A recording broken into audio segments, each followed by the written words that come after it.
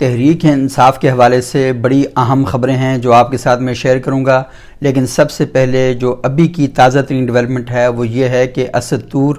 جو ایک ویلاگر ہیں انہیں اڈیالہ جیل سے ابھی رہا کر دیا گیا ہے، اور اسد طور پر یہ الزام تھا کہ انہوں نے چیف جسٹس کے خلاف، D G I S I کے خلاف اور اس طرح دیگر جو حکومتی شخصیات ہیں ان کے خلاف بے بنیاد من گھڑت الزامات عائد کیے تھے۔ اسد طور باہر آ گئے ہیں اور اب وہ اپنے ویلاگ کا سلسلہ جب شروع کریں گے تو جو بھی باتیں ہیں ان سب سے ہمیں آگاہ کریں گے، لیکن بہرحال یہ اچھا فیصلہ ہوا کہ اسد طور کو رہا کر دیا گیا ہے۔ پاکستان میں ہم سب لوگوں پر یہ لازم ہے کہ ہم ایک ذمہ دارانہ صحافت کا آغاز کریں، اور اگر ہم ذمہ داری کے ساتھ صحافت نہیں کرتے تو اس کا سب سے زیادہ نقصان صحافت کو ہی ہوتا ہے، اور وہ اس طریقے سے ہوتا ہے کہ جو پابندیاں لگانے والے ہیں، صحافت کو شکنجوں میں کسنے والے ہیں، صحافت کے ہاتھوں میں ہتھکڑیاں اور پاؤں میں بیڑیاں ڈالنے والے لوگ ہیں، ان کے لیے ہم لوگ جواز بنتے ہیں جب آپ من گھڑت اور بے بنیاد خبریں دیتے ہیں اور آپ کو ثبوت نہیں ہوتے۔ تو بہرحال ہمیں سپیڈ بریکر لگانے کی ضرورت ہے، ہمیں کوئی ڈور اور ونڈوز لگانے کی ضرورت ہے، اور ہمیں اپنے کانٹینٹ کو ایک اس پر نظر ثانی کرنے کی ضرورت ہے کہ کہیں یہ کانٹینٹ خلاف حقیقت، خلاف واقعہ تو نہیں ہے۔ بہرحال تحریک انصاف کے حوالے سے 3-4 بڑی اہم باتیں جو اس وقت ہمارے سامنے آ رہی ہیں۔ سب سے امپورٹنٹ بات تو یہ ہے کہ یہ خبریں سامنے آ رہی ہیں کہ تحریک انصاف کے اندر 12 غدار موجود ہیں، اور ان 12 غداروں کی لسٹ جو ہے وہ تیار کر دی گئی ہے،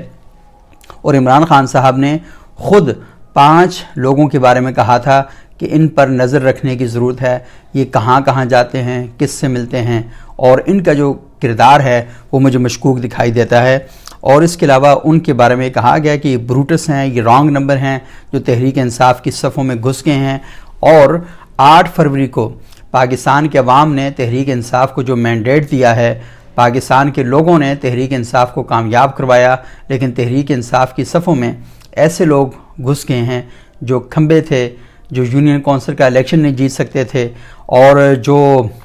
کسی صورت میں پارلیمنٹ میں نہیں آ سکتے تھے، کونسلر نہیں بن سکتے تھے، اور وہ تحریک انصاف کی صفوں میں شامل ہو کر بڑے اہم عہدے حاصل کر چکے ہیں، اور تحریک انصاف کو اب اندر سے توڑنے کی کوششیں ہو رہی ہیں، اور تحریک انصاف کے اندر یہ لوگ مہرے بن کے بیٹھے ہوئے ہیں، تحریک انصاف کو نقصان پہنچا رہے ہیں۔ اور جو 5 لوگ ہیں ان کے بارے میں جب تحریک انصاف کے قائد عمران خان صاحب نے کچھ لوگوں کی ذمہ داری لگائی تو وہ عمران خان صاحب کی اس ہدایت پر انہوں نے بڑی خاص قسم کی رپورٹ کو تیار کی ہے، اور اس ثبوتوں کے ساتھ رپورٹ تیار کی گئی ہے۔ عمران خان صاحب نے تو 5 لوگ بتائے تھے، لیکن جب پوری تحقیق کی گئی تو 12 افراد جو ہیں یہ وہاں سے ثابت ہوئے، اور 12 افراد جو ہیں سامنے لکھ رہے ہیں۔ اب ایشو یہ ہے کہ یہ جو لسٹ تیار ہوئی ہے یہ کس نے تیار کی ہے، کہاں تیار ہوئی ہے، اور کن لوگوں کے اس لسٹ میں نام ہیں، اور اس لسٹ کے حوالے سے یہ کہا جا رہا ہے کہ یہ لسٹ اب عمران خان تک پہنچنے نہیں دی جا رہی، اور وہ لوگ جنہیں عمران خان صاحب کے قریب ہونا چاہیے تھا وہ عمران خان صاحب کے قریب جا ہی نہیں پا رہے، انہیں عدالت کی طرف سے بھی موقع نہیں دیا جاتا کہ وہ ملاقات کر سکیں، اور اڈیالہ جیل کی انتظامیہ کی طرف سے بھی انہیں ملاقات کی پرمیشن نہیں دی جا رہی، اور ان کے لیے بڑا مشکل ہو رہا ہے کیونکہ عمران خان صاحب کے ساتھ جتنی بھی ملاقاتیں ہو رہی ہیں وہ عدالت کے احکامات کے مطابق ہو رہی ہیں، اور عدالت جن لوگوں کو موقع دیتی ہے کہ وہ جا کے ملاقات کریں وہ سارے وہی لوگ ہوتے ہیں کہ جو عمران خان صاحب کے گرد موجود تو ہیں لیکن وہ عمران خان صاحب کے اپنے نہیں ہیں۔ تو یہ ساری باتیں جو ہیں وہ کی جا رہی ہیں۔ تو اب عمران خان صاحب تک وہ لسٹ کب پہنچے گی، کیسے پہنچے گی، اور اگر وہ لسٹ پہنچ جاتی ہے تو پھر ایک سوال پیدا ہوتا ہے کہ عمران خان صاحب کس کے ذریعے یہ لوگوں تک بات پہنچائیں گے کہ ہاں یہ غدار ہے، یہ غدار ہے، یہ غدار ہے۔ تو یہ بڑا ایک اہم سوال ہوگا۔ یہ جو ساری خبر آپ کے سامنے میں نے شیئر کی ہے یہ ارشاد بھٹی صاحب نے آج بیان فرمائی ہے، اور ارشاد بھٹی صاحب نے جیو کے پروگرام رپورٹ کارڈ میں یہ ساری خبریں جو ہیں یہ شیئر کی ہیں، بہت ہی حیران کن ہیں۔ اور اصل میں جو ایشو بنا تھا وہ یہ بنا تھا کہ تحریک انصاف کے اندر فیصلے کون کر رہا ہے، تو یہ سمجھ نہیں آ رہی تھی۔ تو فخر درانی صاحب کا یہ کہنا تھا کہ تحریک انصاف کے اندر جو بھی فیصلے ہو رہے ہیں وہ عمران خان صاحب خود کرتے ہیں، لیکن جان بوجھ کر کنفیوژن کریٹ کرتے ہیں، اور اس کی وجہ یہ ہے کہ وہ انجوائے کرتے ہیں اپنی سپرمیسی کو، کہ تحریک انصاف کے اندر ایک طبقہ جائے گا تو اس کو ایک اور بات بتائیں گے، دوسرا جائے گا تو اسے دوسری بات بتائیں گے، تیسرا طبقہ جائے گا تو اسے تیسری بات بتائیں گے، اور باہر آ کر وہ تینوں لوگ مختلف باتیں کر رہے ہوتے ہیں، اور جب مختلف باتیں کرتے ہیں تو کارکن کنفیوز ہو جاتا ہے، پھر آخر میں عمران خان صاحب فیصلہ کرتے ہیں کہ نہیں، صحیح جو بات ہے وہ یہ والی ہوتی ہے۔ اور یہ بات بھی کہی جا رہی ہے کہ عمران خان صاحب اکثر اوقات کہتے ہیں مجھے تو پتہ ہی نہیں تھا، اور ایون کہ جب وہ حکومت میں تھے اس وقت بھی ان کا یہی موقف ہوتا تھا کہ اس چیز کا تو مجھے علم ہی کوئی نہیں ہے، حالانکہ وہ وزیر اعظم تھے پاکستان کے۔ اور بعض باتیں تو ایسی بھی ہیں کہ جن کے بارے میں انہوں نے کہا کہ یہ بات مجھے بشرا بی بی نے رات کو بتائی ہے، تو تب انہیں یہ بات پتہ چلی ہے۔ تو یہ کہا جا رہا ہے کہ تحریک انصاف کے اندر فیصلہ سازی کا سارا اختیار اور ساری قوت عمران خان صاحب کے پاس ہی ہے، لیکن عمران خان صاحب جان بوجھ کر اس قسم کی کارروائیاں کرتے ہیں جس کے ذریعے وہ پارٹی کو توڑ کر جوڑتے ہیں، اور یہ ان کی پالیٹکس کا ایک بنیادی جو حصہ ہے وہ یہ والی بات جو ہے ان کے بارے میں کہی جا رہی ہے۔ تو اب یہ سوال بڑا امپورٹنٹ ہوگا کہ عمران خان صاحب، کیونکہ جو فیصلوں کے حوالے سے بات ہو رہی تھی اس میں یہ تھا کہ سنی اتحاد کونسل کے ساتھ فیصلہ کس نے کیا، شیر افضل مرو صاحب کا کہنا تھا، اور اسی طرح علی ظفر صاحب کا کہ عمران خان صاحب تو اس فیصلے کے حق میں نہیں تھے، اور دوسری طرف بیرسٹر گوہر صاحب کا اور اسد قیصر صاحب کا کہنا ہے کہ نہیں، یہ فیصلہ اگرچہ کہ ٹھیک نہیں ہوا لیکن فیصلہ اس وقت کی ضرورت اور تقاضوں کے عین مطابق تھا۔ اب تحریک انصاف نے سنی اتحاد کونسل کے ساتھ جو اتحاد کا فیصلہ کیا تھا وہ اس وجہ سے کیا تھا کہ انہیں مخصوص نشستیں مل جائیں، لیکن یہاں پر ایک سوال پیدا ہوتا ہے، جب آپ کو علم ہے کہ سنی اتحاد کونسل تو انتخابات الیکشن لڑی نہیں ہے اور اس نے مخصوص نشستوں کے لیے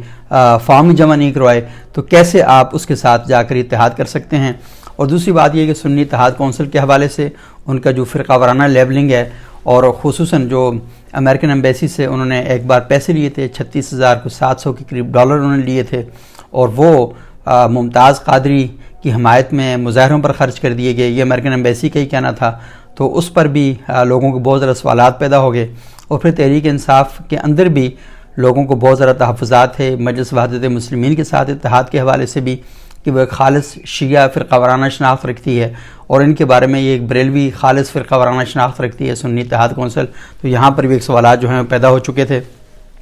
تو یہ سوال کیا جا رہا تھا، اور پھر دوسری بات یہ کہ وہ خیر دوسری بات میں آپ کو بعد میں بتاتا ہوں، پہلی بات یہ کہ تحریک انصاف کے اندر بہت سے لوگ ایسے ہیں کہ جو بڑا لبرل ویلیوز رکھتے ہیں، سیکولر شناخت رکھتے ہیں، اور پھر کچھ لوگ ایسے ہیں کہ جو مذہبی شناخت بھی رکھتے ہیں، اور مذہبی شناخت وہ ایک اور اسکول آف تھاٹ کے حوالے سے رکھتے ہیں۔ تو یہ بہت سے پرابلم تھے جن کی وجہ سے تحریک انصاف کو شاید اب واپس جانا پڑ رہا ہے سنی اتحاد کونسل کے ساتھ اتحاد کرنے کی وجہ سے، اور وہ جو اتحاد کیا تھا اس کا کوئی فائدہ بھی انہوں نے حاصل نہیں کیا۔ اور سنی اتحاد کونسل کے جو سربراہ ہیں صاحبزادہ فضل کریم صاحب، اور انہوں نے بڑے دکھ کا اور مایوسی کا اظہار کیا۔ تو پہلے مجلس وحدت مسلمین کے ساتھ، پہلے جماعت اسلامی کے ساتھ اتحاد کی بات کی گئی، اور جماعت اسلامی کے ساتھ پہلے کہا گیا کہ پورے ملک میں اتحاد کریں گے، اور بعد میں کہا خیبر پختونخوا کی بنیاد پہ کریں گے، تو وہاں پر بھی جماعت تحریک انصاف کے لیے پرابلم کریٹ ہوئے، اور لوگ یہ کہہ رہے ہیں کہ یہ سب سے اچھا آپشن تھا کہ جماعت اسلامی کے ساتھ اتحاد کرتے۔ اگر آپ نے وہ نہیں کیا تو پھر جمعیت علماء اسلام شرانی گروپ جو ایک عرصے سے آپ کا ساتھ دے رہا تھا، تو آپ کو چاہیے تھا کہ ان کے ساتھ آپ اتحاد کرنے جاتے،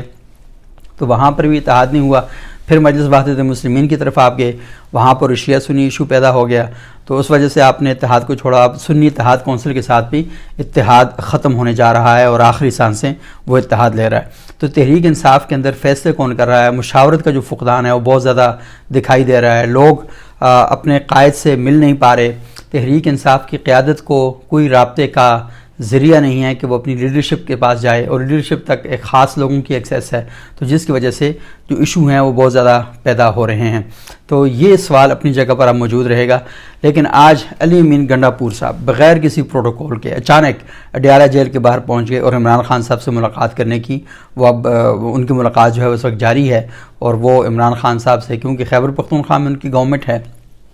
تو عمران خان صاحب سے مل رہے ہیں۔ اور بڑی انٹرسٹنگ بات یہ ہے کہ عمران خان صاحب کو علم نہیں تھا بقول علی امین گنڈا پور صاحب کے کہ ان کے جو بھائی ہیں ان کے بارے میں انہوں نے کہاں ایڈجسٹ کر رہے، تو انہوں نے کہا جی میرا بھائی تو ابھی الیکشن لڑے گا، اس نے تو الیکشن نہیں لڑا ہوا تھا۔ تو علی امین گنڈا پور صاحب